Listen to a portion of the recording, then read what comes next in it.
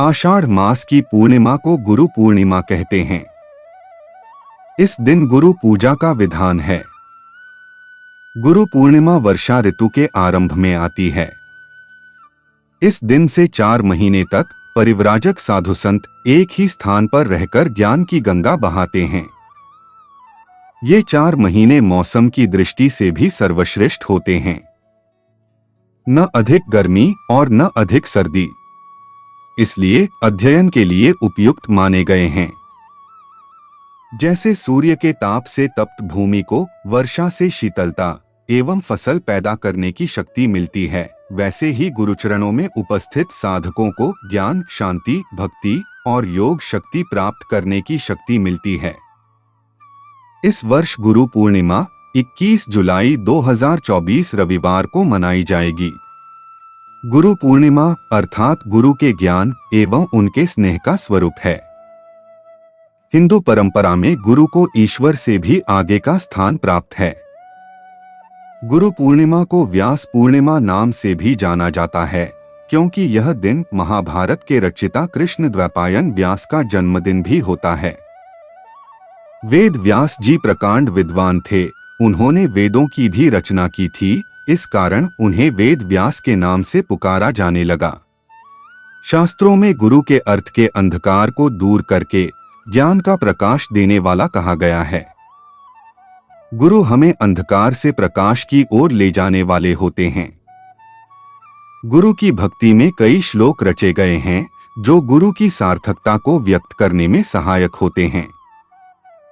गुरु की कृपा से ईश्वर का साक्षात्कार संभव हो पाता है और गुरु की कृपा के अभाव में कुछ भी संभव नहीं हो पाता। भारत में गुरु पूर्णिमा का पर्व बड़ी श्रद्धा व धूमधाम से मनाया जाता है। प्राचीन काल से चली आ रही यह परंपरा हमारे भीतर गुरु के महत्व को परिलक्षित करती है। पहले विद्यार्थी आश्रम में निवास करके गुरु से शिक्षा ग्रहण करते थे तथा गुरु के समक्ष अपना समस्त बलिदान करने की भावना भी रखते थे। तभी तो एकलव्य जैसे शिष्य का उदाहरण गुरु के प्रति आदर भाव एवं अगाध श्रद्धा का प्रतीक बना, जिसने गुरु को अपना अंगूठा देने में क्षण भर की भी देर नहीं की। गुरु पूर्णिमा के चंद्रमा की तरह उज्ज्वल और प्रकाशमान होते हैं। उनके तेज के समक्ष तो ईश्वर भी नतमस्तक हुए बिना नहीं रह पाते। गुरु पूर्णिमा का स्वरूप बनकर आषाढ़ रूपी शिष्य के अंधकार को दूर करने का प्रयास करता है। शिष्य अंधेरे रूपी बादलों से घिरा होता है, जिसमें पूर्णिमा रूपी गुरु प्रकाश का विस्तार करता है। जिस प्रकार आषाढ़ का मौसम बादलों से घिरा होता है, उसमें गुरु अपने ज्ञान रूपी पुंज की चमक से सार्थकता से पूर्ण ज्ञान का आगमन होता है। गुरु आत्मा परमात्मा के मध्य का संबंध होता है। गुरु से जुड़कर ही जीव अपनी जिज्ञासाओं को समाप्त करने में सक्षम होता है तथा उसका साक्षात्कार प्रभु से होता है। हम तो साध्य हैं, किंतु गुरु वह शक्ति है जो हमारे भीतर भक्ति के भाव को अलौकिक करके उसमें शक्ति के संचार का अनुभव कराती है और ईश्वर से हमारा मिलन संभव हो पाता है। परमात्मा को देख पाना गुरु के द्वारा संभव हो पाता है। गुरु को ब्रह्मा कहा गया है। गुरु अपने शिष्य को नया जन्म देता है। गुरु ही साक्षात महादेव है, क्योंकि वह अपने शिष्यों के सभी दोषों को माफ करता है। गुरु का महत्व सभी दृष्टि से सार्थक है। आध्यात्मिक शांति, धार्मिक ज्ञान और सांसारिक निर्वाह सभी के लिए गुरु का दिशा निर्देश बहुत महत्वपूर्ण होता है।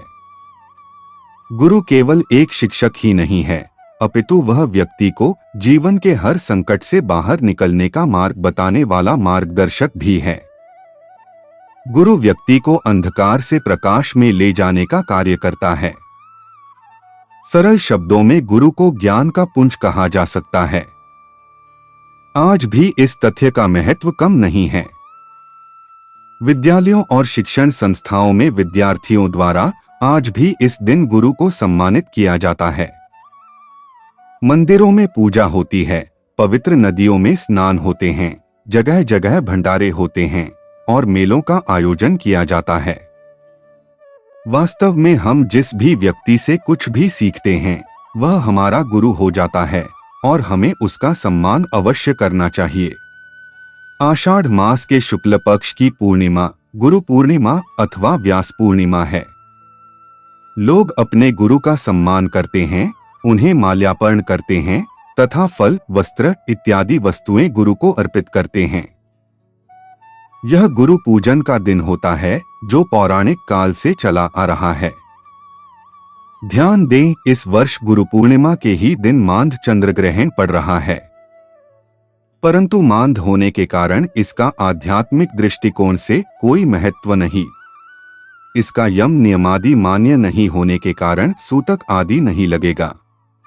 इस साधना के लिए प्रातः ब्रह्मा मुहूर्त में उठकर स्नानादि करके पीले या सफेद आसन पर पूर्वाभिमुखी होकर बैठें। बाजोट पर पीला कपड़ा बिछाकर उस पर केसर से ओम लिखी तांबे या स्टील की प्लेट रखें। उस पर पंचामृत से स्नान करा के गुरु यंत्र व कुंडलिनी जागरण यंत्र रखें। सामने गुरु चित्र भी रख लें। अब पूजन प्रारंभ करें।